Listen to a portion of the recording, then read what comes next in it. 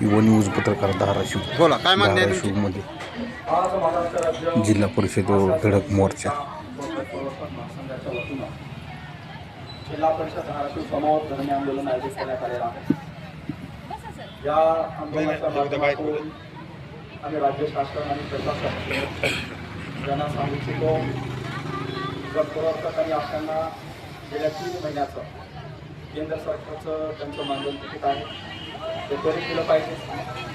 गट पुरवठाकांना कंत्राटी कर्मचाऱ्याचा दर्जा दिला पाहिजे, त्यांना शासकीय कर्मचाऱ्याचा दर्जा दिला पाहिजे आणि जोपर्यंत शासकीय कर्मचाऱ्याचा दर्जा गट पुरवठाकांना मिळत नाही तोपर्यंत त्यांना दरमहा 35,000 रुपये व आशांना दरमहा 25,000 रुपये मानधन दिलं पाहिजे.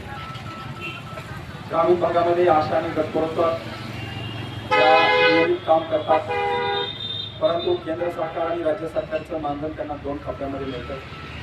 ही अत्यंत खेदाची बाब आहे आणि म्हणून केंद्र सरकारचं आणि राज्य सरकारचं दोन्ही सरकारचं मानधन एकदाच दर महिन्याच्या 5 तारखेपर्यंत आशाताई आणि गट पुरवठाकांना दिलं पाहिजे, अशी आम्ही या आजच्या आंदोलनाच्या माध्यमातून मुख्यमंत्री देवेंद्रजी फडणवीस, आरोग्यमंत्री यांना आम्ही विनंती करत आहोत. यासोबतच जिल्ह्यामधील आशा गट पुरवठाकांच्या बऱ्याच मागण्या प्रलंबित आहेत.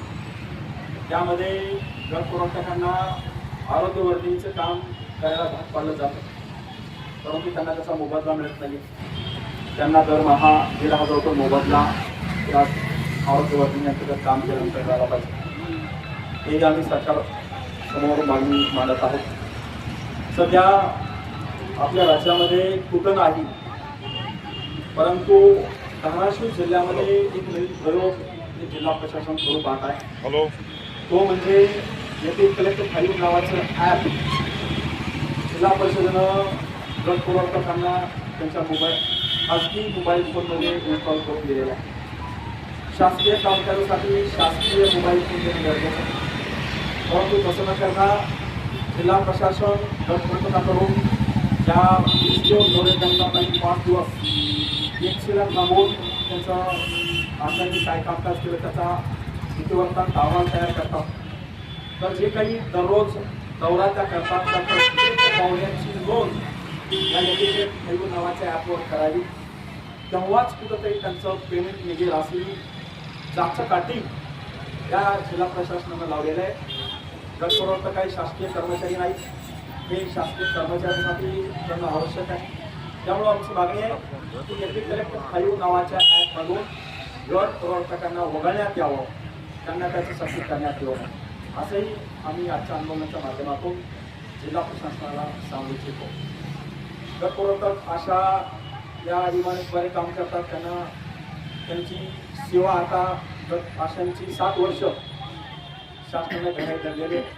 7 वर्षानंतर आशाताई रिटायर होणार आहे आणि म्हणून आशा वर्षाला 7 वर्ष झाल्यानंतर त्यांनी इतके वर्ष झालं ग्रामीण भागामध्ये गावातील लोकांना गोरगरीब जनतेला आरोग्याची सेवा देण्याचं काम केलेलं आहे आणि मग रिटायर झाल्यानंतर एक त्यांच्या जवळचा पैसा बंद होतो, म्हणून त्यांना रिटायर झाल्यानंतर दरमहा शासनानं पेन्शन दिली पाहिजे आशाताई आणि गट पुरवठाकांना. ही सुद्धा मागणी आम्ही आपल्या माध्यमातून शासनापर्यंत पोहोचू इच्छितो. या सर्व मागण्या मंजूर झाल्या पाहिजे, अन्यथा पुढच्या काहीच दिवसामध्ये महिन्यामध्ये आम्ही राज्यव्यापी आंदोलन करू आणि सरकारला सवलती करून सोडू, यात काही शंका नाही. आपल्या माध्यमातून आम्ही प्रशासन आणि राज्य शासनाला इशारा देत आहोत. धन्यवाद.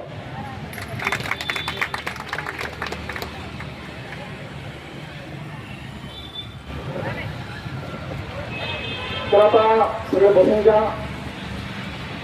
अवघ्या अर्ध्या तासात आपले जिल्हा आरोग्य अधिकारी या ठिकाणी आपल्याला भेट देण्यासाठी येणार आहेत, आपलं निवेदन स्वीकारायला येणार आहे. महाराष्ट्र राज्य आशा स्वयंसेवी चालक गट पुरवठा महासंघाच्या वतीनं आज आपण जिल्हा परिषद धाराशिव समोर